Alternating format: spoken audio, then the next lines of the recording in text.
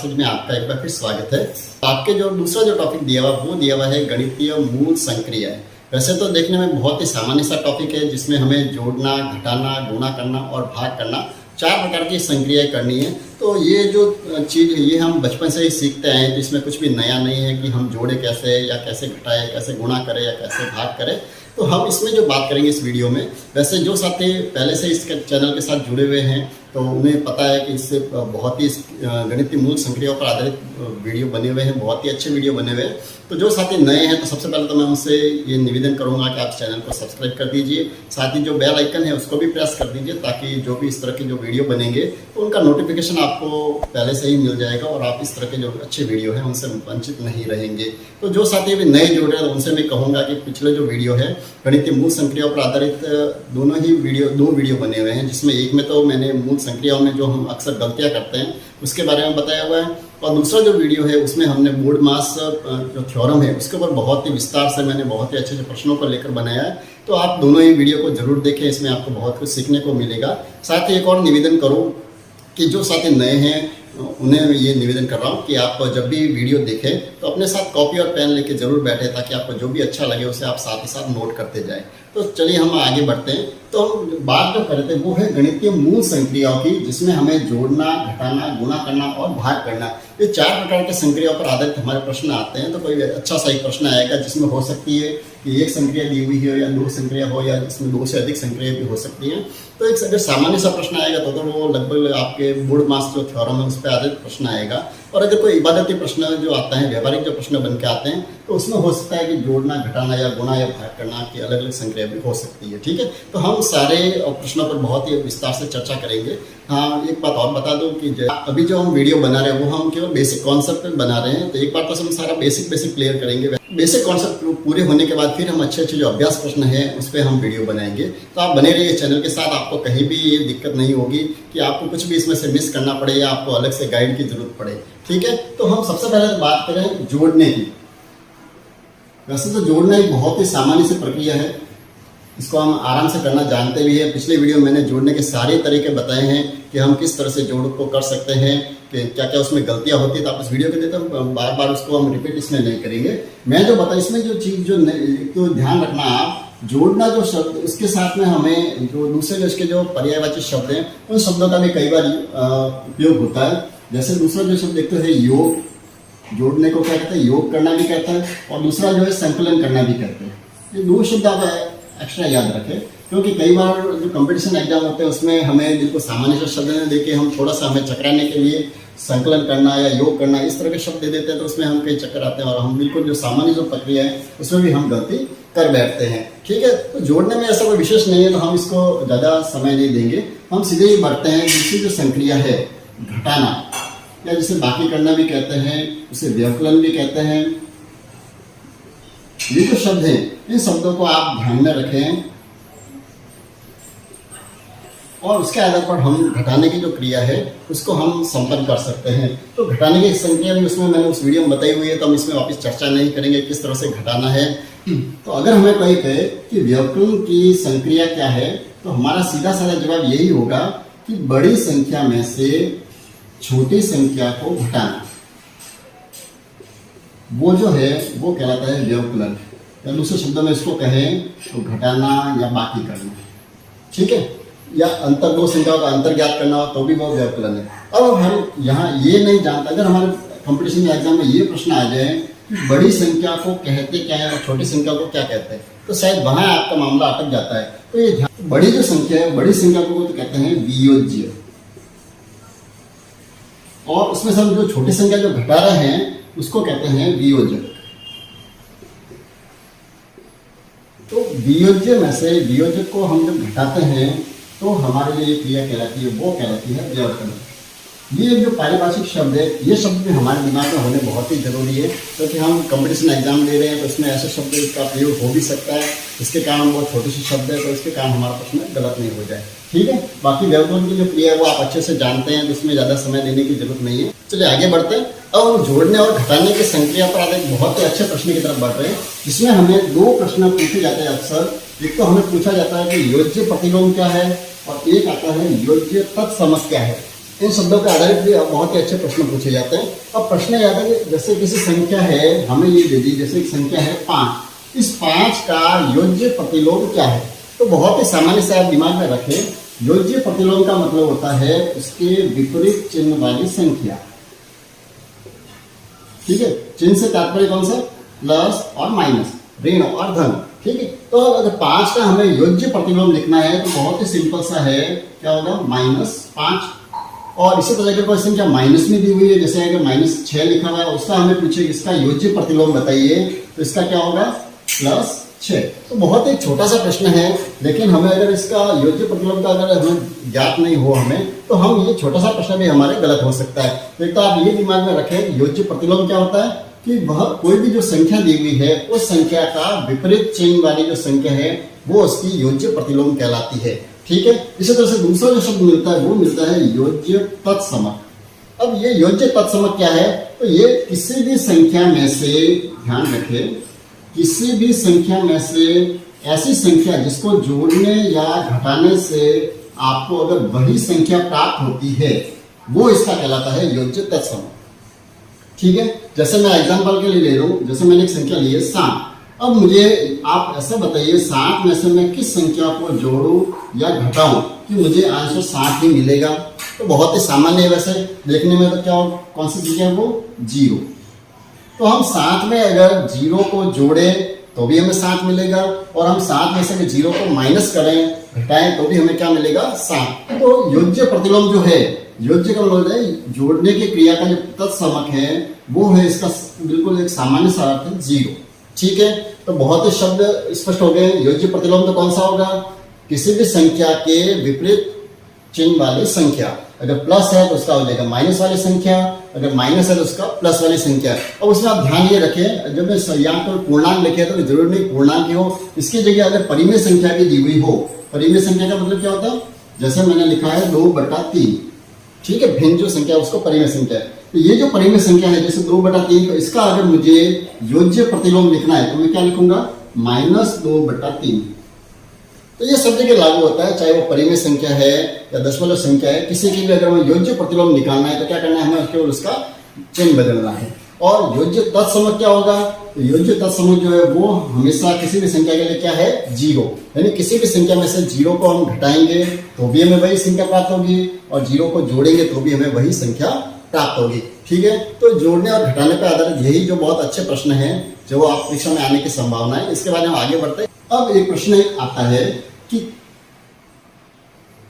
क्रम विनिमेयता गुणधर्म क्या है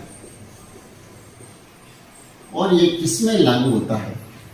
ठीक है, तो सबसे पहले हम क्रम विनिमेयता का गुणधर्म को एक छोटी सी भाषा में समझे कि गुणधर्म क्रम विनिमय का मतलब क्या है? जैसे कोई दो संख्या दी हुई है a और b, जब इनका क्रम जैसे ये प्लस या माइनस दोनों के लिए अपन देख रहे हैं, तो अगर एक पहली संख्या है उसका क्रम, ये इसका स्थान कौन सा है? पहला, और ये दूसरी संख्या है। अब इनका हम अगर क्रम बदल दे, दूसरे वाले को आगे लिखें और पहली संख्या को पीछे लिखें, तो ये कहलाता है क्रम विनिमेयता, यानी एक दूसरे का क्रम बदलना।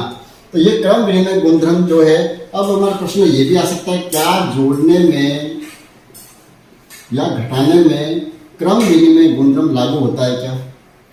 ठीक है, तो ये ध्यान रखें कि जोड़ने की जो संक्रिया है, जैसे जोड़ने में हम अगर जैसे 3 में अगर 4 को जोड़े और इसका विपरीत अगर हम कर दें 4 + 3, अगर 4 में हम 3 को जोड़े तो हमारे जो आंसर है उसमें हमें कोई फर्क नहीं पड़ता, दोनों का आंसर कितना आता है? 7। तो ये ध्यान रखें, जोड़ने की जो संक्रिया है उसमें क्रम विनिमय का गुणधर्म लागू होता है। ठीक है, अब हम घटाने का इसी तरह से देखें, जैसे हमने ये इसी प्रश्न को हम थोड़ा बदल के लिखे, जैसे 7 में से अगर 5 को घटाओ या हम 5 में से 7 को घटाएं, क्रम बदल दिया मैंने, तो यहाँ पर जो इनके आंसर है वो आंसर शायद समान नहीं आएंगे। क्यों नहीं आएंगे समान? क्योंकि दोनों के आंसर इसलिए समान नहीं आते, जैसे 7 में से हम 5 को घटाए तो हमारा आंसर क्या आता है? 2।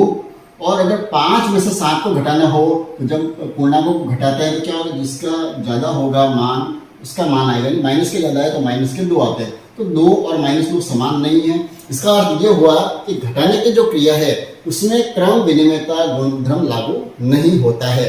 ये भी एक दो चीज ध्यान में रखें, मेरे दिमाग में आएगी तो मैं सोचा आपको बता दूं। ठीक है, तो क्या याद रखेंगे आप, जोड़ने की संक्रिया में तो क्रम विनिमय गुणधर्म लागू होता है और घटाने की संक्रिया में क्रम विनिमय गुणधर्म लागू नहीं होता है। ठीक है, अब बात करते हैं हम गुणा या गुणन की संक्रिया है उसके बारे में। अगर हमें किसी से पूछा जाए कि गुणा या गुणन की संक्रिया क्या है, तो उसका सामान्य सा अर्थ है किसी भी संख्या को बार बार जोड़ना। वो जो संक्रिया है वो कहलाती है गुणा। किसी भी संख्या को बार बार, एक ही जो संख्या है उस संख्या को बार बार जोड़ना। जैसे कोई संख्या है 3, तो हम 3 को अगर 3 प्लस 3 प्लस 3 प्लस 3 प्लस 3, इसका अर्थ क्या हुआ, हमने 3 को कितनी बार जोड़ा है, 3 गुणा 5। 3 को हमने कितनी बार जोड़ा, 5 बार।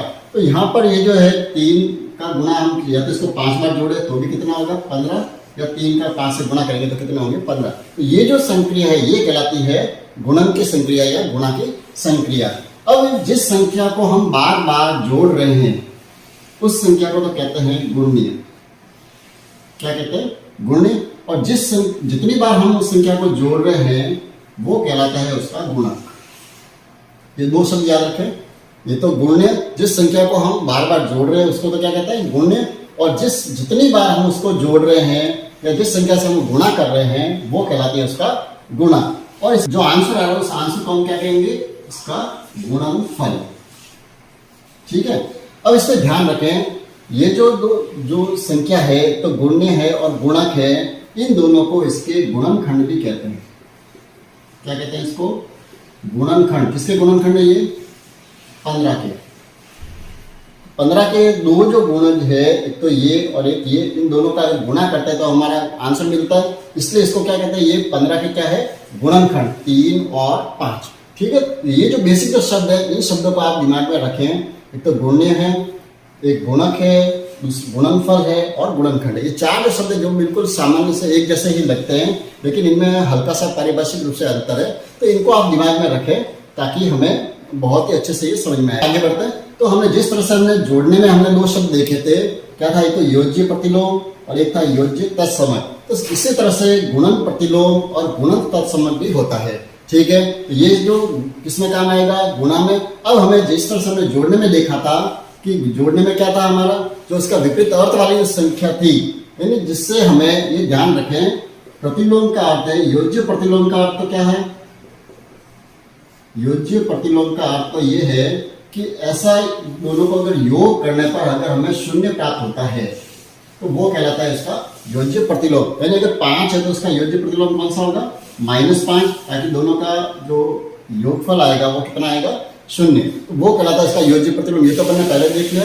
अब इस गुणन प्रतिलोम क्या होता है, गुणन प्रतिलोम का मतलब होता है कि हमें ऐसी 2 संख्या जिनका गुणा करने पर 0 आए, ये नहीं है, बिल्कुल ध्यान में रखना। ऐसे 2 संख्या जिनका गुणा करने पर हमें क्या प्राप्त हो, 1, वो कहलाता है इसका गुणन प्रतिलोम। प्रतिलोम का मतलब होता है विपरीत। अब इसमें गुणा में 1 हमें कैसे मिलेगा, जैसे हमें 2 है, एक सामान्य सा प्रश्न लेते हैं 2, तो हम 2 को किससे गुणा करें कि हमें आंसर जो है वो कितना मिलना चाहिए, 1। तो यहाँ पर हमें थोड़ा सा दिमाग लगाना पड़ेगा, क्योंकि 2 से हम किसी संख्या को गुणा कर सकते, 1 तो बहुत मुश्किल से मिलेगा। तो आप ध्यान रखें, हमें 1 प्राप्त करने के लिए क्या करना पड़ेगा, इसके व्युत्क्रम से हमें गुणा करना पड़ेगा। एक नया शब्द है, कौन सा है, व्युत्क्रम। व्युत्क्रम का मतलब क्या होता है, एक तो होता है क्रम विनिमय जिसमें आगे पीछे लिखना होता है, और व्युत्क्रम का मतलब होता है तो ऊपर जो संख्या है अंश जो है उसको हर बनाना और हर जो है उसको अंश बनाना, इसको कहते हैं व्युत्क्रम। जैसे उदाहरण के लिए जैसे लिखा हुआ है 4/5, इसका अगर हमें व्युत्क्रम लिखना है तो क्या होगा, 5/4। यानी ऊपर वाली जो संख्या है उसको हमें नीचे लिखना है और नीचे जो संख्या लिखी है उसको हमें कहाँ लिखना है, ऊपर। तो वो होता है इसका व्युत्क्रम। तो ये व्युत्क्रम से जब गुणा करेंगे हम किसी भी संख्या को तो हमें गुणन प्रतिलोम प्राप्त होता है। ठीक है, क्योंकि उसी के व्युत्क्रम से, जैसे हमने जो लिखा था, जैसे 4/5, इसको हम इसके व्युत्क्रम से गुणा करें 5/4 से, तो हमें आंसर क्या मिलेगा, 1। 4 से 4 कट जाएगा एक बार, 5 से 5, तो आंसर क्या मिलेगा हमें, 1। तो किसी भी संख्या का गुणन प्रतिलोम क्या होगा, उसकी व्युत्क्रम वाली संख्या। अब इसमें ध्यान रखना, हमें कहीं भी निशानों को बदलना नहीं है। योज्य प्रतिलोम में तो क्या होता था, उनके केवल चिन्ह बदलने से हमें योज्य प्रतिलोम मिल जाता था। लेकिन गुणन प्रतिलोम कैसे मिलेगा, जो संख्या है, जैसे एग्जाम्पल के लिए अगर -3 है तो उसका गुणन प्रतिलोम क्या होगा, 1/-3। ये ध्यान रखना, हमें निशान वो ही रखना, निशान हमें नहीं बदलना पड़ेगा, वो इसका कहलाएगा योज्य गुणन प्रतिलोम। तो हम जब इसको माइनस से माइनस कर जाएगा, 3 से 3 कितना आ जाएगा, 1, तो ये हो जाएगा इसका गुणन प्रतिलोम। तो किसी भी संख्या का गुणन प्रतिलोम ज्ञात करने के लिए हमें क्या करना है, केवल उसका व्युत्क्रम करना है, निशान नहीं बदलने। दूसरा जो शब्द था वो था गुणन तत्समक। अब गुणन तत्समक क्या है, जैसे हमने योग तत्समक देखा था, उसमें तो क्या था, संख्या को उसमें जोड़ने या घटाने से हमें अगर वही संख्या प्राप्त होती है तो वो तो था योज्य तत्समक। और गुणन तत्समक क्या होगा, हम किसी भी संख्या को ऐसी संख्या से गुणा करें कि हमें वही संख्या प्राप्त हो, वो कहलाएगा उसका गुणन तत्समक। ठीक है, तो अब गुणा और भाग दोनों के लिए लागू होगा। भाग की क्रिया में भी सेम टू सेम चलेगा, जैसे वो गुणन योज्य तत्समक जो था वो जोड़ने और घटाने के लिए था, तो इसी तरह से ये जो है गुणन तत्समक जो है वो गुणा और भाग दोनों में काम आएगा। तो हमें ऐसी संख्या, कोई भी संख्या दी हुई है, उसको हम किस संख्या से गुणा करें या किस संख्या से हम भाग दें कि हमें वही संख्या प्राप्त हो, वो कहलाएगा इसका गुणन तत्समक। तो याद रखें, जोड़ने और घटाने के लिए तो क्या था 0, और गुणा के लिए वो तत्समक है कौन सा, 1। यानी हम किसी भी संख्या को अगर 1 से गुणा करेंगे तो हमें वही संख्या प्राप्त होगी, या हम किसी भी संख्या को अगर 1 से भाग देंगे तो हमें वही संख्या प्राप्त होगी। तो गुणन तत्समक तो कहलाएगा 1, और गुणन प्रतिलोम जो है वो होगा उसकी व्युत्क्रम संख्या। ठीक है, ये दोनों चीज ध्यान में रखें। ये गुणा पे आधारित एक नई शब्दावली है। चलिए अब हम एक वही जो जिस तरह से हमने जोड़ने में देखा था और घटाने में देखा था, क्रम विनिमय गुणधर्म जो है वो जोड़ने में तो लागू होता है लेकिन घटाने में लागू नहीं होता है। तो हम अब ये चेक करेंगे क्या क्रम विनिमय गुणधर्म गुणन क्रिया और भाग क्रिया पर लागू होती है या नहीं होती। तो आप ये देखिए, जैसे हम कोई भी संख्या है, जैसे हम 3 को अगर 4 से गुणा करें और इसका हम क्रम अगर बदल दें, 4 को अगर 3 से गुणा करें तो शायद हमारे आंसर में कोई फर्क नहीं पड़ेगा, ये भी 12 ही आएंगे और ये भी 12 ही आएंगे। तो गुणा की जो क्रिया है उसमें क्रम विनिमय गुणधर्म लागू होता है, लेकिन भाग की क्रिया में घटाने की तरह ही क्रम विनिमय गुणधर्म लागू नहीं होगा। कैसे, जैसे 12 को अगर हमें 4 से भाग देना हो और इसका क्रम अगर बदल दे, 4 को अगर हमें 12 से भाग देना हो, तो दोनों के लिए आंसर आपके समान नहीं आएंगे, दोनों कैसे आएंगे, अलग अलग आंसर आएंगे। तो भाग की जो क्रिया है उसमें क्रम विनिमय गुणधर्म लागू नहीं होता है। यानी बिल्कुल आप दिमाग में रखें, जोड़ने में और गुणा करने में तो क्रम विनिमय का गुणधर्म लागू होता है, लेकिन घटाने में और भाग की संक्रिया में क्रम विनिमय गुणधर्म लागू नहीं होता है। अब हम आगे बढ़ते हैं, भाग की क्रिया या भाजन की क्रिया। ठीक है, अब ये जो क्रिया है इसको आप सभी जानते तो है करना। अब इसमें जो नई शब्दावली है, इसकी शब्दावली हम अक्सर हम कक्षा में यूज करते रहते हैं, तो इसकी शब्दावली हमें ज्ञात है। इसमें जो शब्द आते हैं, एक तो आता है भाज्य, एक शब्द मिलता है भाजक, एक मिलता है भागफल और एक मिलता है शेषफल। ये जो शब्दावली है ये हम अच्छी तरह से जानते हैं। क्यों जानते हैं कि अगर आपको याद होगा, आपने क्लास 9th में और 10th में इस पर आधारित एक प्रमेय भी पढ़ा हुआ होगा जिसमें ये शब्दों का उपयोग बहुत ज़्यादा होता है। वैसे तो एक कक्षा 6, 7, 8 में भी है, लेकिन वहाँ पर हम इसको थ्योरम रूप में नहीं पढ़ते हैं। एक थ्योरम है यूक्लिड विभाजन प्रमेय का, यूक्लिड विभाजन प्रमेय का जो है वो इस पर आधारित है, वो हमें इस पर चर्चा करने की जरूरत नहीं है। उसमें ये भाज्य, भाजक, भागफल और शेषफल की परिभाषा दी हुई है। तो हम तो सामान्य रूप से इसको जानेंगे कि हम किसी भी संख्या को जब भाग की क्रिया करते हैं, एग्जाम्पल के लिए हम ले लें, जैसे बहुत ही छोटा सा प्रश्न मैं ले रहा हूँ, जैसे 15 को अगर हम 3 से भाग देना है, बहुत ही सामान्य क्रिया है, कितनी बार भाग होगा, 5 बार, तो 3 पंजे हो गए 15 और ये आ गया 0। ठीक है, तो अब हमें इसमें से बहुत ही सामान्य सूत्र देगा। सबसे पहले तो है भाज्य, यानी हम जिस संख्या में भाग दे रहे हैं, कौन सी संख्या में भाग दे रहे हैं हम, 15 में, तो ये तो है भाज्य। उसका यानी भाज्य कौन सा होता है, जिस संख्या से हम भाग दे रहे हैं, जैसे यहाँ पर हम 3 से भाग दे रहे हैं तो ये इसका कहलाता है भाजक। और भागफल कौन सा कहलाएगा, भागफल बिल्कुल शब्द से स्पष्ट है, जो आपका आंसर आ रहा है वो है हमारा भागफल।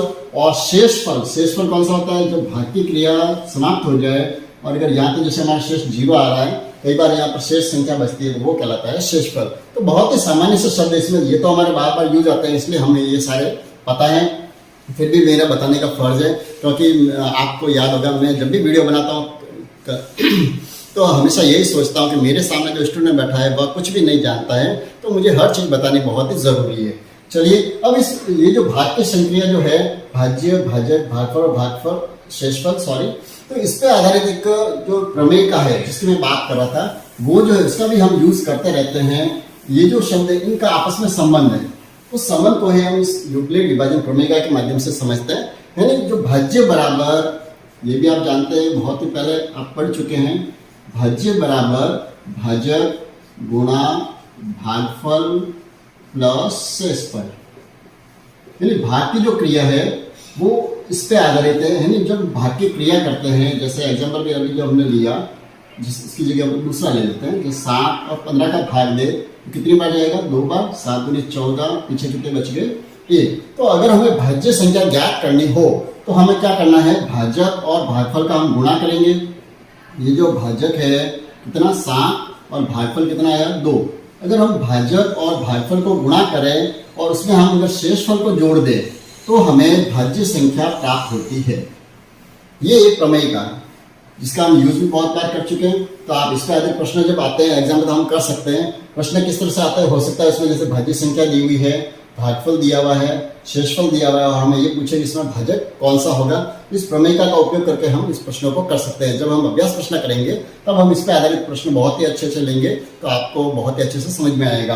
तो ये जो है भाग की क्रिया में बस ये केवल 4 जो शब्द हैं वो हमें मिलते हैं। और भाग की संक्रिया वैसे आप जानते हो, फिर भी मैंने बहुत ही अच्छे से इसमें वीडियो बनाए हुए हैं, तो आप जरूर देखें। गुणा करने के भी बहुत शॉर्टकट तरीके मैंने बताए हैं, भाग की क्रिया के भी मैंने बताए, तो आप उन वीडियो को भी एक बार जरूर देखें। जोड़ने पर आधारित कुछ विशेष प्रश्न जो आते हैं परीक्षा में, उन प्रश्नों के बारे में चर्चा कर ले। तो ज्यादातर हमें प्रश्न जो पूछते हैं, जैसे प्रथम n प्राकृत संख्याओं का योग पूछा है, या सम संख्याओं का या विषम संख्याओं का योग पूछा जाता है, या संख्या पूछी जाती है, उसमें हम क्या कहते हैं कि लंबा चौड़ा करें तो बहुत ही ज्यादा, उनके लिए हम फॉर्मूले से करेंगे तो बहुत ही जल्दी हम प्रश्नों को कर पाएंगे। तो आप अपनी कॉपी में इन फॉर्मूलों को भी एक बार नोट कर ले, ताकि इस प्रश्नों को जब भी आप करेंगे तो आपके समय की बचत होगी। तो पहला जो है वो हमें अगर पूछा जाए प्रथम n प्राकृत संख्याओं का योग, जब हमें प्रथम n प्राकृत संख्या का योग करना हो तो उसके लिए हमें क्या करना है, n ब्रैकेट n+1/2। यानी हमें क्या करना है, जितनी भी संख्याओं का योग हमें पूछा जाए, जैसे हमें पूछ लिया 50 संख्या, प्रथम 50 प्राकृत संख्या का योग पूछा है, तो हमें n की जगह क्या लिखना है, केवल 50। तो हम इस प्रश्न को बहुत सिंपल तरीके से 50 और ये हो जाएगा 50 + 1/2, यानी कितना हो गया 50 × 51/2। 2 से 50 को काट दिया 25 और फिर हम इसको गुणा जो करेंगे तो हमारा आंसर आ जाएगा। ठीक है, तो ये जो प्रश्न वैसे हम जब अभ्यास करेंगे तब हम बहुत ही अच्छे से इसको समझाएंगे। तो अभी आप तो फॉर्मूले नोट कर लीजिए, क्योंकि अगर हम प्रश्नों को करने बैठेंगे तो वीडियो बहुत ही बड़ा बन जाएगा, हम इसको एक अलग से ही लेंगे। तो अभी आप नोट कर लीजिए। तो n प्राकृत संख्या का योग ज्ञात करने का फॉर्मूला क्या है, n+1/2। अब है जब हमें प्रथम n सम संख्याओं का योग अगर करना हो तो सम संख्याओं के लिए क्या होगी, उनकी संख्या जो हो जाएगी वो आधी हो जाएगी, यानी हमें ये बटा 2 लिखने की जरूरत नहीं पड़ेगी। हम n और n+1 करते ही हमारी क्या हो जाएगा, सम संख्याओं का योगफल हमें प्राप्त हो जाएगा। अगर हमें प्रथम n विषम संख्याओं का योगफल ज्ञात करना हो तो उसके लिए फॉर्मूला है बहुत ही सिंपल, n²। जितनी भी संख्या है उसका हमें, जितनी विषम संख्या ये ध्यान रखना इस फॉर्मूले में। अगर हमें लिखा जैसे 1 से 50 तक की संख्या है तो उसमें ध्यान रखना विषम संख्या कितनी होगी, उसकी आधी होगी 25, तो हमें उसका वर्ग करते ही हमारा आंसर आ जाएगा। उसके बाद में अगला जो है प्रथम n पूर्ण संख्याओं का योग। पूर्ण संख्याओं का मतलब है उसमें अगर हम 0 को भी अगर शामिल करते हैं तो हमारा योगफल क्या आएगा, तो उसमें ध्यान रखना है केवल छोटा सा अंतर है, उसमें चूंकि एक संख्या बढ़ जाती है तो हमें यहाँ पर एक संख्या कम करनी है। ये फॉर्मूला हो जाएगा, क्या हो जाएगा, जहाँ पर था n+1/2 और इसमें हो जाएगा n-2/1/2। ठीक है। अब उसके बाद में एक जो पूछा जाता है वो ये पूछा जाता है प्रथम n प्राकृत संख्याओं के वर्गों का योग कितना होगा। तो वर्ग संख्याओं से मतलब क्या है, जैसे प्राकृत संख्या जैसे 1 का वर्ग प्लस 2 का वर्ग प्लस 3 का वर्ग प्लस 4 का वर्ग, इस तरह से करते करते जहां तक हमें पूछी है उसका योगफल हमें ज्ञात करना हो तो उसके लिए हमें क्या करना है, इसके लिए फॉर्मूला थोड़ा सा बड़ा है, आप ध्यान रखें, इसको ध्यान से लिखें। सबसे पहले n, फिर n+1 ब्रैकेट 2n+1 और अपॉन 6, ये एक फॉर्मूला है। ठीक है, तो n प्रथम n प्राकृत संख्याओं के घनों का योग करना हो, ये वर्गों की बात नहीं, घन का तात्पर्य क्या है, घात 3, जैसे 1 की घात 3 प्लस 2 की घात 3 प्लस 3 की घात 3, अगर हमें ये करना हो तो इसके लिए हमें क्या करना है, जो n प्राकृत संख्या का योगफल का जो फॉर्मूला है n+1/2, इसका अगर हम पुनः वर्ग, अगर पूरे का आंसर का अगर वर्ग कर दें तो हमें जो है प्रथम n घन प्राकृत संख्या है उनके घनों का योग हमें मिल जाएगा।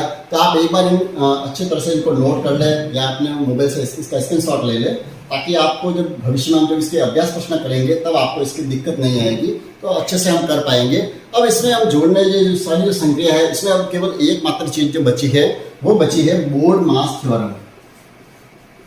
ठीक है, यानी जहां पर हमें बोर्ड मास का उपयोग हम कहाँ करेंगे, जहां पर हमें जोड़ने, घटाने, गुणा या भाग करने की सम्मिलित प्रक्रिया संक्रिया जब करनी हो तब हम बोर्ड मास थ्योरम का उपयोग करते हैं। तो इसके लिए बोर्ड मास थ्योरम के बारे में पूरा वीडियो वापस बनाने की जरूरत नहीं है, इसके लिए भी मैंने बहुत ही अच्छा एक वीडियो बनाया हुआ है, उसमें बहुत ही अच्छे से मैंने अभ्यास प्रश्न भी लिए, तो आप उस वीडियो को जरूर देखें ताकि आपको कहीं भी इसमें दिक्कत नहीं आएगी। स्थानीय मान व तुलना, ये जो छोटा सा चैप्टर है, वैसे तो देखा जाए तो इससे भी प्रश्न एक छोटा सा जरूर बनता है, तो हम कहीं भी ये नहीं चाहते कि छोटी से छोटी जानकारी भी कहीं हमारे मिस हो। तो आज का जो वीडियो है उसको हम शुरू कर रहे हैं, स्थानीय मान और तुलना। तो स्थानीय मान तुलना के लिए सबसे पहले जो हमें जो जरूरत पड़ेगी, तो हमें ये मान पता होने चाहिए कि स्थानीय मान या जातीय मान है, कई बार अलग अलग शब्द भी इसमें यूज होते हैं। तो कौन कौन से ऐसे शब्द हैं जिनके कारण प्रश्न जो आते हैं वो कंपटीशन के लेवल के आएंगे, तो बिल्कुल इतना सिंपल तो आएगा नहीं कि बिल्कुल सीधा से लिखा हुआ है कि इस संख्या में से इस अंक का स्थानीय मान बताइए।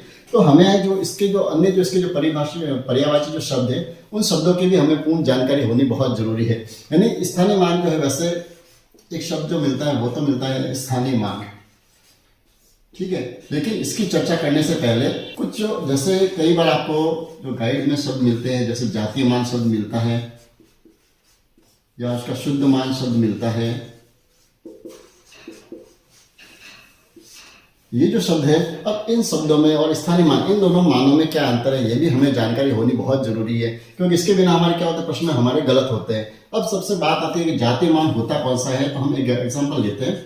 जैसे हमारे पास एक कोई संख्या है, जैसे मैंने एक संख्या लिखी है 2, 3, 7, 5 और 6, ठीक है, यानी इसमें मैंने कितने अंकों की संख्या लिखी है, 1, 2, 3, 4 और 5 अंकों की मैंने एक संख्या लिखी है। ठीक है, अंक और संख्या जो है इसकी जानकारी भी हमने पिछले वीडियो में बहुत ही अच्छे से चर्चा की थी, तो अगर आपको कोई कंफ्यूजन हो आप उस वीडियो को एक बार जरूर देखें। चलिए, तो हम बात कर रहे थे कि जातीय मान कौन सा होता है या उसका शुद्ध मान कौन सा होता है, या इसका दूसरा शब्द एक और आता है, कई बार ऐसा भी लिखा हुआ था, इसका वास्तविक मान बताइए। तो इसमें अगर हमें ये 5 अंकों की संख्या है, इसमें हमें अगर ये पूछा जाए कि इसमें 3 का जातीय मान बताइए, ठीक है, अब 3 का जातीय मान कौन सा होगा, यानी अब जो एक शब्द है, जैसे जातीय मान लिखा हुआ हो या कहीं शुद्ध मान लिखा हुआ हो, कहीं वास्तविक मान लिखा हुआ हो सकता है, या कहीं पर आपको अंकित मान लिखा हुआ भी मिल सकता है। इन चारों ही शब्दों का एक ही मतलब है कि उस अंक जो संख्या जो दी हुई है, उस संख्या में जो अंक जहां पर है, जिस स्थान पर भी है, अगर उस स्थान का अपन मान निकालेंगे वो तो कहलाता है उसका स्थानीय मान। ठीक है, यानी जैसे इकाई, दाई, सैकड़ा और हजार, 3 जो है वो किस स्थान पर है, हजार के स्थान पर। तो अगर मैं 3 का स्थानीय मान अगर आपसे कहा जाए तो क्या करेंगे हम, 3 का स्थानीय मान कौन सा होगा, 3000, ठीक है। लेकिन अगर उस 3 का जातीय मान या शुद्ध मान या वास्तविक मान या अंकित मान अगर हमें पूछा जाए, तो किसी भी अंक पर, चाहे वो किसी भी स्थान पर हो, उसका जो जातीय मान है या अंकित मान है सदैव वही अंक रहता है, यानी उसका कुछ भी मान आपको बदलने की जरूरत नहीं है। ना तो ये 30 बनेगा, ना 300 बनेगा, ना 3000 बनेगा, ना 3 लाख बनेगा। यानी ये जो है इसके जातीय मान, शुद्ध मान, ये चारों जो अंक है इनका एक ही मतलब है, यानी किसी भी स्थान पर अगर वो अंक है तो उसका जो अंक, जो वास्तविक जो उसका मान है, वही मान उसका रहेगा, वो कहलाता है इसका जातीय मान। यानी बिल्कुल छोटी सी जानकारी है, लेकिन कई बार कंपटीशन में ये भी पूछी जाती है। चलिए, अब हम जो वास्तविक जो अपना चैप्टर है उस पर आते हैं। हमारा जो चैप्टर है वो है स्थानीय मान और तुलना। ठीक है, अब स्थानीय मान, वैसे तो आप क्लास 3rd से ही पढ़ते आए, तो वैसे प्रारंभिक समझ हम सबको है कि स्थानीय मान क्या होता है, ठीक है। लेकिन मैं एक पारिभाषिक रूप से अगर कहीं पूछा जाए, एक प्रश्न कंपटीशन में ये भी आया हुआ है कि स्थानीय मान का अर्थ क्या है।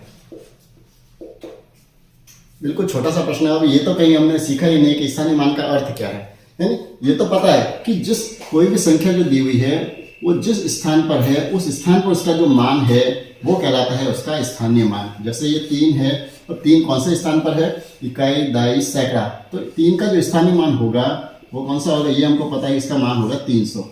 लेकिन अगर ये कुछ आ जाए कि स्थानीय मान है क्या, तो इसकी जगह हमें थोड़ी सी दिक्कत आती है।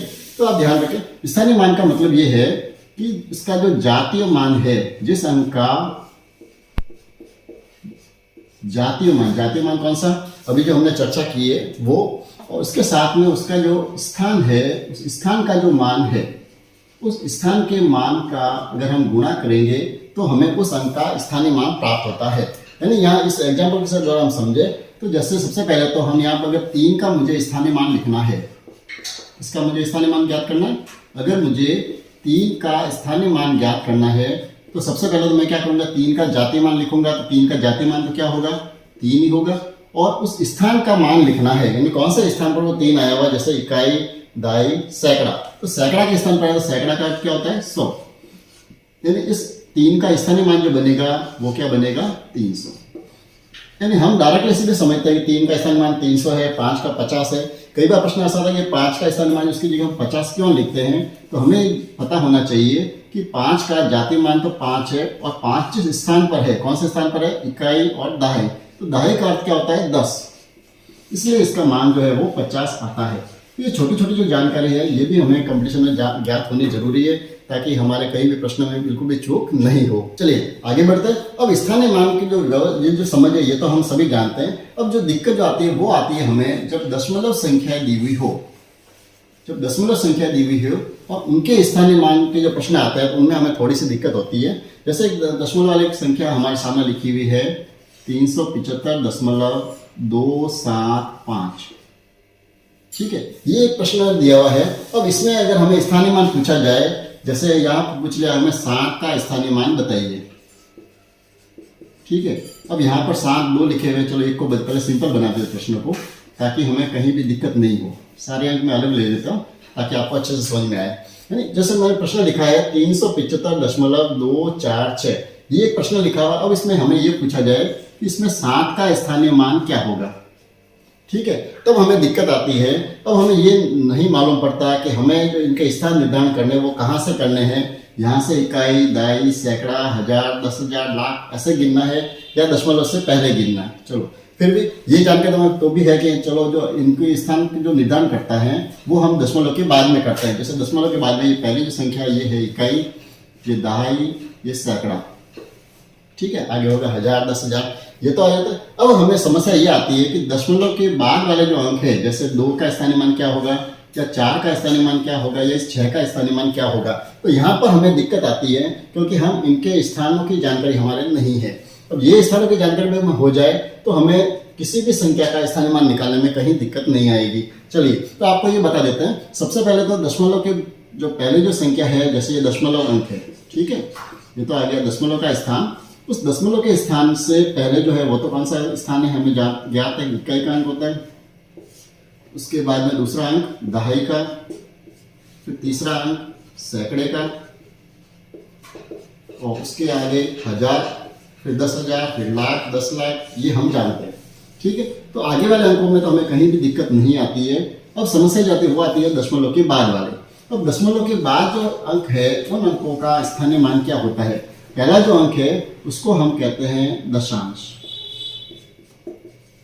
ठीक है, या सिंपल सी भाषा में कहें तो 10वां भाग। पहला जो अंक होता है वो क्या होता है, हमेशा किसी भी अंक का 10वां भाग होता है। उसके बाद में दूसरा जो अंक होता है दशमलव के बाद का, उसको कहते हैं शतांश। शतांश का मतलब होता है 100, यानी 100वां भाग। कौन सा भाग होगा, 100वां भाग। और उसके बाद में तीसरा जो अंक है उसको कहते हैं सहस्त्रांश। सहस्त्र का मतलब होता है 1000, तो सहस्त्रांश कौन सा होगा, 1000वां भाग।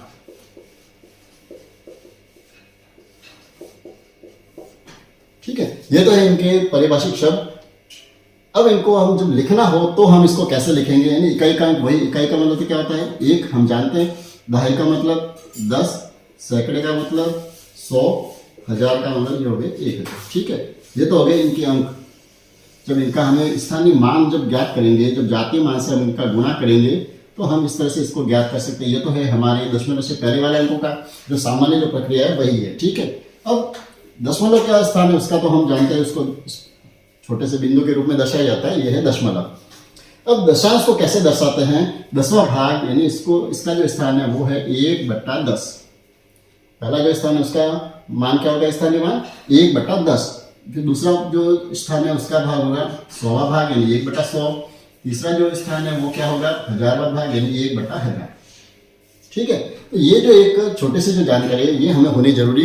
अब हम इसके द्वारा किसी भी अंक का स्थानीय मान ज्ञात कर सकते हैं। जैसे मुझे दशमलव के बाद में पहला जो अंक है 2 का स्थानीय मान अगर हमें ज्ञात करना है, क्या करना है मुझे, अगर 2 का स्थानीय मान ज्ञात करना है तो सबसे पहले हम क्या करेंगे, इस 2 का जातीय मान लिखना पड़ेगा। तो 2 का जातीय मान क्या होगा, जैसा हमने पहले भी चर्चा की है कि जातीय मान किसी भी अंक का, चाहे वो किसी भी स्थान पर हो, अब वो स्थान दशमलव के पहले भी हो सकता है और दशमलव के बाद में भी हो सकता है, तो कहीं पर भी अंक जो लिखा हुआ है तो उसका जातीय मान या उसका अंकित मान कह दो, उसका वास्तविक मान कह दो, उसका शुद्ध मान कह दो, वो तो वही रहेगा। तो सबसे पहले हमें क्या लिखना है, वही जातीय मान लिखेंगे। तो 2 का जातीय मान तो क्या होगा, 2 ही रहेगा, और साथ में उसका स्थान का जो मान है वो लिखना है। तो इसका स्थान कौन सा है, दशमलव के बाद में पहला स्थान है, यानी दशमलव के बाद में पहला जो स्थान होता है वो कौन सा होता है, दशांश होता है। दूसरे शब्दों में, सिंपल शब्दों में कहें तो वो कौन सा होता है, 10वां भाग। यानी इसको जो लिखना है इसको गुणा करना पड़ेगा हमें 1/10 से, यानी ये जो इसका जो मान आएगा 2 का स्थानीय मान वो क्या आ जाएगा, 2/10।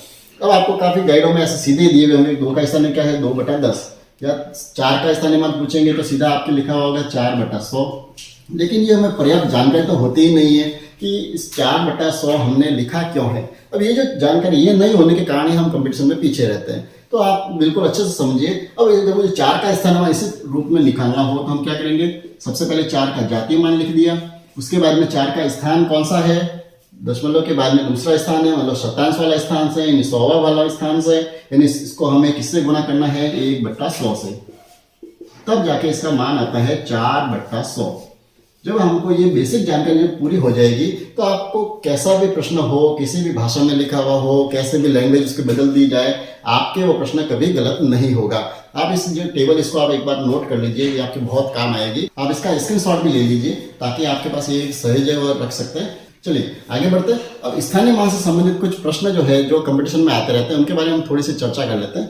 पहला प्रश्न तो ये आता है कि ऐसे वह कौन सा स्थान है, ध्यान से समझना कि वह कौन सा स्थान है जहां पर किसी भी अंक का स्थानीय मान और जातीय मान, 2 मान है, दोनों मान अलग है, हम अच्छी तरह से जानते हैं। ऐसा कौन सा स्थान है जहां पर किसी भी अंक का, अंक चाहे कोई भी हो सकता है, उसका स्थानीय मान और जातीय मान दोनों ही बराबर होते हैं। ये प्रश्न आता है कंपटीशन एग्जाम में। तो वो जो स्थान है वो स्थान कौन सा है, आप हमेशा याद रखें, वो है इकाई का स्थान। कौन सा स्थान है, इकाई का जो स्थान है उस स्थान पर किसी भी अंक का स्थानीय मान जो होता है वो भी कितना होता है। जैसे मैं एग्जांपल लिया मैंने 3756.27, क्योंकि हम दशमलव की संख्या साथ में कर सकते हैं, तो ये एक संख्या है। अब इसमें इसका इकाई का अंक जो है, जैसे ये इकाई का अंक कौन सा है, 6, तो अब इस 6 का अगर हम जातीय मान पूछे तो भी क्या होगा, 6, और इसका इकाई का अंक जो है तो इसका स्थानीय मान भी कौन सा होगा, 6×6, यानी दोनों ही मान जो है वो इकाई के अंक पर समान होते हैं। ये एक छोटा सा प्रश्न आता है, तो आप ध्यान रखें कि कौन सा स्थान होगा, वो इकाई का जो स्थान है वहां पर किसी भी अंक का स्थानीय मान और जातीय मान सदैव समान होते हैं। एक तो ये प्रश्न बनता है, और एक दूसरा जो प्रश्न बनता है वो ये बनता है कि ऐसा कौन सा अंक है। ठीक है, ये तो बात थी स्थान की, अब मैं बात कर रहा हूं अंक की। ऐसा कौन सा अंक है जिसका मान, स्थानीय मान या जातीय मान किसी भी स्थान के लिए समान ही रहता है, यानी किसी भी स्थान पर हो तो वहां पर उसका चाहे स्थानीय मान निकालना हो या जातीय मान निकालना हो तो सदैव वही आएगा। तो ऐसे जो अंक है वो अंक है, आप याद रखें 0, यानी जीरो का जो स्थानीय मान है वो किसी भी स्थान पर जीरो ही आएगा, या उसका जातीय मान ज्ञात करेंगे तो भी कितना आएगा, जीरो। ये दो छोटे प्रश्न हैं, ये भी आप दिमाग में रखें। तो ये स्थानीय मान के जो प्रश्न है इनसे ज्यादा कोई अच्छे प्रश्न नहीं बनते हैं। अब हम आगे बढ़ते हैं। स्थानीय मान से संबंधित जो हमारी छोटी छोटी जानकारी और हमारे दिमाग में होनी चाहिए वो है, हमें एक तो विस्तार रूप और एक है विस्तारित रूप। दो जो है पैटर्न जो है ये भी हमारे दिमाग में होने चाहिए, क्योंकि दोनों ही शब्दावली में तो बिल्कुल मिलते जुलते दिखते हैं, लेकिन दोनों का अर्थ बिल्कुल अलग है। विस्तार रूप अलग है और विस्तारित रूप जो है वो अलग है। ठीक है, इसको हम सीधे एग्जांपल से समझते हैं। जैसे एक संख्या मैंने ली है 7, 5, 2, 6, 8, ठीक है, 75,268 ये एक संख्या लिखी है। अब अगर मुझे इसका विस्तार रूप लिखना है तो हम इसका कैसे लिखेंगे, या इसको विस्तारित रूप में लिखना है तो हम कैसे लिखेंगे। अब ये दोनों ही प्रकार जो है ये हमारे ध्यान में होने जरूरी है। विस्तार रूप जो है, विस्तार रूप क्या होता है, जो दी गई जो संख्या जो है, जैसे ये संख्या दी हुई है तो इस संख्या के प्रत्येक अंक का स्थान दर्शाना। देखिए मैं दो शब्द लिख रहा हूं। विस्तार रूप तो कौन सा होगा, जो संख्या दी हुई है उसके प्रत्येक अंक का स्थान दर्शाना। अगर मैं इस प्रत्येक अंक का अगर मैं केवल स्थान दर्शाता हूं तो वो तो कहलाएगा विस्तार रूप। और विस्तारित रूप कौन सा होगा, ये जो संख्या दी हुई है उसके प्रत्येक अंक का स्थानीय मान दर्शाना। दो चीजें, एक तो स्थान दर्शाना और दूसरा है स्थानीय मान दर्शाना। अगर हम इस दोनों चीजों को अच्छे से समझ लेंगे तो हमें विस्तार रूप और विस्तारित रूप में कहीं भी भेद जो होगा वो स्पष्ट हो जाएगा। अब इस पहले जो विस्तार रूप को समझते हैं कि जैसे मैंने एग्जांपल लिया 75,268। अब इसमें मुझे अगर प्रत्येक अंक का स्थान दर्शाना, स्थान कैसे दर्शाना, सबसे पहले मुझे 7 कौन से स्थान पर है, इकाई, दाई, सैकड़ा, हजार, 10,000, यानी 7 जो है वो कौन से स्थान पर है, 10,000। तो हम इसको ऐसा लिखेंगे, 7 जो है वो कैसा है, 10,000। उसके बाद में 5 कौन से स्थान पर है, इकाई, दाई, सैकड़ा, हजार पर, तो इसको हम लिखेंगे 5,000। उसके बाद में 2 का स्थान कौन सा है, सैकड़े के स्थान पर है, तो ये हो गया 2 सैकड़ा। उसके साथ में 6 जो है वो कहां पर है, दहाई के स्थान पर, 6 दहाई हो गई। और 8 जो है वो क्या हो गई, इकाई। इस रूप में जब हम संख्या को दर्शाते हैं तो ये इसका कहलाता है विस्तार रूप। ठीक है, अब इस दूसरे जो शब्द है विस्तारित रूप, उसको हम कैसे दर्शाएंगे। जैसे यही संख्या है, इसी संख्या को अगर 75,268 जो है इसको हम अगर विस्तारित रूप में लिखना हो तो हमें क्या करना है, प्रत्येक अंक का स्थानीय मान लिखना है। जैसे सबसे पहले 7 का स्थानीय मान क्या है, इकाई, दाई, सैकड़ा, हजार, 10,000 के स्थान पर है, यानी 7 का जातीय मान तो 7 हो गया। साथ में उसका स्थान कौन सा है, 10,000 का, यानी इसका जो स्थानीय मान हो गया वो कितना हो गया, 70,000। तो सबसे पहले हम इसका 7 का स्थानीय मान हमने लिख दिया 70,000। उसके बाद में 5 का स्थानीय मान क्या होगा, 1000 के स्थान पर 5,000। उसके बाद में 2 का स्थानीय मान क्या होगा, सैकड़े के स्थान पर है तो 200। उसके बाद में 6 है दहाई के स्थान पर, तो ये हो गए 60। और 8 है इकाई के स्थान पर, तो ये हो गया 8। ये जो दोनों रूप है ये है विस्तार रूप और ये है विस्तारित रूप। ठीक है, तो इससे कोई ज्यादा बड़ा प्रश्न नहीं बनता है, केवल जो बेसिक जानकारी है ये हमारे जहन में होनी जरूरी है। विस्तार रूप और विस्तारित रूप पर आधारित एक जो अच्छा जो प्रश्न जो आता है ज्यादातर वो आपको दशमलव संख्या वाला ही पूछा जाता है। जैसे एक दशमलव की संख्या मैंने लिखी है 271.738, जैसे ये संख्या है, इसका हमें अगर वैसे विस्तार रूप तो नहीं पूछा जाता, विस्तारित रूप ही ज्यादा पूछे जाते हैं। तो विस्तारित रूप इसका हमें लिखना हो तो हम कैसे लिखेंगे, सबसे पहले दशमलव के बाद में इकाई, दाई, सैकड़ा, 2 का स्थानीय मान क्या हो जाएगा, 200। उसके बाद में 7 का स्थानीय मान, दहाई के स्थान पर 70, फिर 1 का स्थानीय मान 1। ठीक है, यहां तक तो सही है। अब उसके बाद में हमें दशमलव का जो पहला अंक कौन सा है, 7, इस 7 का स्थानीय मान क्या होगा, हम जानते हैं 10वां भाग है, तो 7/10। उसके बाद में 3 का स्थानीय मान क्या हो जाएगा, 100वां भाग है तो 3/100। और 8 का स्थानीय मान क्या हो जाएगा, 1000 का स्थान है तो 8/1000। ये हो जाएगा इसका विस्तारित रूप। ठीक है, तो ये जो प्रश्न आता है ये ज्यादातर हमको ऐसे इसका विस्तारित रूप दिया हुआ होता है और हमें संख्या ज्यादा पूछी जाती है। जैसे एग्जाम्पल के लिए मैं एक संख्या ले रहा हूं, जैसे मैंने एक संख्या लिखी है 300 + 5 + 2/100 + 5/1000।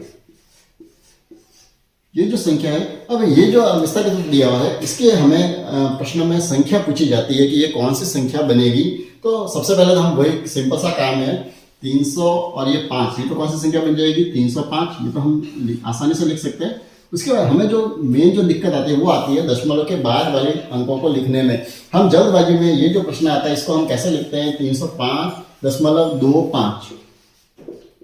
हम जल्दबाजी में ये वाला ऑप्शन चूज करते हैं जो हमारे गलत होता है। इसका कारण क्या है गलत होने का, क्योंकि यहाँ पर जो 2 का जो स्थान लिखा हुआ है वो लिखा हुआ है 100वां भाग, और ये दशमलव के बाद पहला स्थान जो है वो किसका है, पहला 10वां भाग है, दशांश का स्थान है। तो ये अगर हम इसका आंसर लिखेंगे तो हमारे गलत होगा। सही जवाब इसका क्या होगा, सबसे पहले तो हमें 305 अब ये 2 का स्थान है वो कौन सा स्थान है, दशमलव के बाद में दूसरा स्थान, यानी पहला स्थान कुछ यहाँ पर हमें 0 लिखना पड़ेगा, दूसरे स्थान पर है 2 और तीसरे स्थान पर क्या है 5।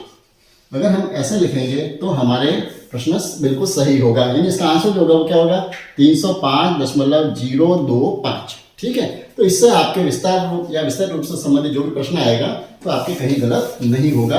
अब आगे बढ़ते हैं, अब तुलना करनी हम थोड़ी समझते हैं कि तुलना वाला जो प्रश्न है वो किस तरह से आता है। वैसे तुलना का अर्थ बिल्कुल सिंपल सा है, आपको जो 2 संख्या दी हुई हो उसमें से छोटी संख्या या बड़ी संख्या आपको बतानी है कौन सी है। जैसे एक एग्जांपल है आपके सामने 3750 और दूसरा मैंने लिखा है 3570। ठीक है, अब ये 2 संख्या है तो बिल्कुल छोटा सा प्रश्न है कि इसको तुलना करेंगे तो कौन सी संख्या बड़ी है, तो बड़े का निशान या छोटे का निशान या इक्वल बराबर का निशान है। ये वैसे छोटे बच्चों के लिए होता है, ऐसे हमको नहीं पूछा जाएगा, फिर भी जानकारी के लिए जरूरी है कि जो बड़ी संख्या उसके सामने हमें स्थान रख सकते हैं। चलिए, हमारे जो प्रश्न बनते हैं वो थोड़े इस तरह प्रश्न बनेंगे, बिल्कुल छोटा सा, इतनी तुलना नहीं पूछेंगे। तुलना के लिए हमें हो सकता है कि आरोही क्रम या अवरोही क्रम, इस पर आधारित प्रश्न जरूर आ सकता है। कुछ संख्या दी हुई हो सकती है, उनको आपको आरोही क्रम में या अवरोही क्रम में जमाने के लिए संख्या दी जा सकती है।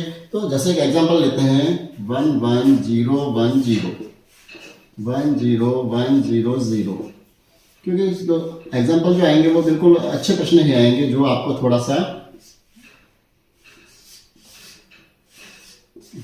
जैसे एग्जांपल लिया मैंने 4 संख्या लिखी है, इन संख्याओं को अगर आरोही क्रम में लिखना हो या अवरोही क्रम में लिखना हो तो हम इसको कैसे लिखेंगे। तो पहली चीज तो हमारे लिए होनी चाहिए कि आरोही क्रम कौन सा होता है, बिल्कुल सिंपल सा है। सबसे पहले हमें छोटे से बड़े क्रम को कहते हैं आरोही क्रम। कौन सा क्रम, आरोही क्रम। कौन सा होगा, पहले आपको छोटी संख्या लिखनी है, फिर उससे बड़ी, फिर उससे बड़ी, तो वो होता है आरोही क्रम। और अवरोही क्रम जो है वो है इसका जस्ट विपरीत, यानी पहले आपको बड़ी संख्या लिखनी है, यानी बड़े से छोटा जो रूप लिखना है वो लिखने का क्रम होता है, वो कहलाता है अवरोही क्रम। ठीक है, तो अब ये जो संख्या दी, अब इसको हमें अगर आरोही क्रम में लिखना हो तो सबसे पहले हमें ये पता होना चाहिए कि इन सब में से सबसे छोटी संख्या कौन सी है। तो अगर हम संख्याओं को पढ़ना अच्छे से जानते हैं तो हमें कहीं दिक्कत आएगी भी नहीं। पहली जो संख्या वो क्या है, 11010। दूसरी संख्या है इकाई दर, इनको आप अलग करके देख लीजिए, 10100। तीसरी संख्या है 11100 और चौथी संख्या है 10001। यानी सबसे छोटी जो संख्या मुझे दिख रही है, पहले तो आप 10,000 को देख लीजिए, ये 10,000 है, ये भी 10,000 वाली है, तो ये 10,100 है, ये 10,001 है। तो सबसे छोटी संख्या कौन सी होगी, 10,001। उससे बड़ी 10,100। उसके बाद में हम 11,000 वाली संख्याओं को देखें तो सबसे पहले तो ये है 11,010 और सबसे बड़ी हो जाएगी 11,100। और इसी को जो विपरीत क्रम में लिखेंगे तो वो हो जाएगा, ये तो कौन सा क्रम है, आरोही क्रम। बहुत ही सिंपल है, इसलिए हम ज़्यादा समय इसमें वेस्ट नहीं करेंगे, लेकिन फिर भी इसको छोड़ भी नहीं सकते। अब अवरोही क्रम कौन सा होगा, सबसे पहले सबसे बड़ी संख्या लिखी मैंने 11,100, उससे छोटी हो जाएगी 11,010, उससे छोटी हो जाएगी 10,100 और सबसे छोटी हो जाएगी 10,001। तो ये एक सिंपल सा प्रश्न है। ये कौन सा क्रम है, अवरोही क्रम। ठीक है, तो ये एक प्रश्न आते हैं ऐसे, तो इनको भी आप आसानी से कर सकते हैं। इसमें तो शायद मुझे लगता नहीं कि आपको कहीं दिक्कत आएगी। आरोही और अवरोही क्रम पर आधारित एक अच्छा सा एग्जाम्पल और लेते हैं, दशमलव वाला, क्योंकि दशमलव वाला प्रश्न थोड़ा सा अच्छा है, कंपटीशन में लगभग ऐसे प्रश्न ज्यादा दिखते हैं। अब ये जो संख्या कुछ दी हुई है आपके सामने, जैसे लिखा हुआ है 5, एक है 0.5, एक है 0.005, एक है 5.5 और एक है 0.05। ये जो संख्या है, इन संख्या को अगर हमें आरोही क्रम में या अवरोही क्रम में लिखना हो तो हम इसको किस तरह से लिख सकते हैं, इसको भी हम थोड़ा सा समझ लेते हैं। ठीक है, अब इसमें से सबसे पहले तो हमें ये देखना है आरोही क्रम का मतलब क्या है। हमें सबसे पहले सबसे छोटी संख्या इसमें से लिखनी है। तो सबसे छोटी संख्या इसमें से कौन सी है, तो इनको अब देखें। जैसे ये पूर्णांक दिया हुआ है, तो पूर्णांक हमेशा दशमलव वाले डिजिट से बड़ा होता है, तो इसको ये तो बड़ी संख्या है। अब हम सबसे पहले ये देखेंगे दशमलव के बाद में, जैसे ये लिखा हुआ है 0.5। ठीक है, अब इनको लिखने का सिंपल तरीका, पहला आप क्या करिए, सबको दशमलव में इस तरह से लिख लीजिए 0.005। और कौन सी संख्या है, जैसे 5.5। चौथी संख्या है 0.05। सबका आप दशमलव एक ही लाइन में लिखकर आप इस संख्या पर जब तुलना करेंगे तो आपको जल्दी मालूम पड़ेगा कि कौन सी संख्या इसमें से छोटी है या कौन सी बड़ी है। इसको देखने का भी अच्छा सा तरीका ये है कि आप ये देखिए कि दशमलव के बाद में अधिकतम अंक कितने दिए हुए हैं। वैसे इसमें दशमलव के बाद में अधिकतम कितने 3 अंक दिए हुए, तो आप एक काम कीजिए, सभी जगह आप 3-3 अंक पूरे कर दीजिए। जैसे ये जो अंक यहाँ दशमलव 1 अंक है, तो दूसरे जो 2 अंक है वहाँ आप क्या लिख दीजिए, 0 लिख दीजिए। जैसे यहाँ पर भी 1 अंक है तो आप 2 अंकों पे 0 लिख दीजिए, यहाँ पर भी लिख दिया हमने 0। तो इससे क्या होगा, हमें इस संख्या को ढूंढने में आसानी रहेगी कौन सी संख्या सबसे छोटी है। अब अगर हम इसको दशमलव हटाकर भी आप देख लेंगे तो आपको मालूम पड़ जाएगा कि जैसे ये जो 5 लिखा है, इस 5 को भी अगर आप साथ में लिख दीजिए। ये जो 5 है दशमलव नहीं है तो इसको आप पूर्णांक में आगे लिख दिया, और पीछे अंक कुछ भी नहीं है तो हम 0 लिख दीजिए, यानी हमने सारी संख्या लिख दी 5। अब इनको आप अगर दशमलव हटा के देखेंगे तो आपको जल्दी से समझ में आएगा कि सबसे छोटी संख्या कौन सी है। जैसे इसको दशमलव हटा दीजिए, कौन सी संख्या बनी है, जैसे 500 बन रहे हैं, ये क्या बना है 5। यानी इसको रियल में हटाना नहीं है, केवल हम समझने के लिए इसको हटा रहे हैं। तो ये 500 हो गए, ये क्या बना है 5, ये कितने हो गए 5500, ये कितनी है संख्या केवल 50, और ये कितने हैं 5000। तो आपको बहुत ही जल्दी से समझ में आ जाएगा कि सबसे छोटी संख्या इनमें से कौन सी है, यानी ये वाली। यानी सबसे छोटा जो अंक है ये है आपके 0.005, यानी आरोही क्रम में लिखना हो तो सबसे छोटा हो जाएगा 0.005। ठीक है, अब उससे बड़ी संख्या कौन सी होगी, ये जो 50 वाली दिख रही है, यानी कौन सी संख्या थी 0.05, दूसरी हो जाएगी 0.05। ठीक है, ये हो गई। तीसरी संख्या कौन सी है उससे बड़ी, ये 500 वाले यानी 0.5 वाले, तीसरी संख्या हो जाएगी 0.5। चौथी संख्या कौन सी है, उससे बड़ी 5000 वाले यानी 5 वाले, यानी केवल जो 5 दिया हुआ है ये, और सबसे बड़ी हो जाएगी 5.5। यानी ये जो तरीका होगा, इससे आपको आरोही क्रम या अवरोही क्रम को लिखने में कहीं भी दिक्कत नहीं आएगी। तो बहुत एक सिंपल सा तरीका मैंने बताया। तो आशा करूंगा कि यह वीडियो आपके लिए बहुत ही उपयोगी होगा, और आपकी गाइड में इससे संबंधित जितने भी प्रश्न हैं आप उन प्रश्नों को जरूर अभ्यास करें, क्योंकि मैथ्स एक ऐसा सब्जेक्ट है जिसमें आप अधिकतम जितना अभ्यास करेंगे उतनी ही हमारी अच्छी तैयारी होगी। तो आप स्थानीय मान से संबंधित या तुलना से संबंधित जितने भी प्रश्न हैं आपकी गाइड में, उन सबको आप अभ्यास कीजिए। फिर भी अगर आपको कहीं भी दिक्कत आए तो आप कमेंट्स में जरूर लिखिए, ताकि नेक्स्ट जो वीडियो होगा उसमें उस समस्या का अपन समाधान कर देंगे। तो अगर आपको वीडियो अच्छा लगा हो तो एक बार और निवेदन करूंगा, आप वीडियो को लाइक जरूर करें और अपने साथियों के साथ शेयर भी करें, ताकि उनको भी इसका बेनिफिट हो सके और वो भी आपकी तरह इस चैनल के साथ जुड़ सके। तो मिलते हैं अगली वीडियो में एक नए चैप्टर के साथ। धन्यवाद।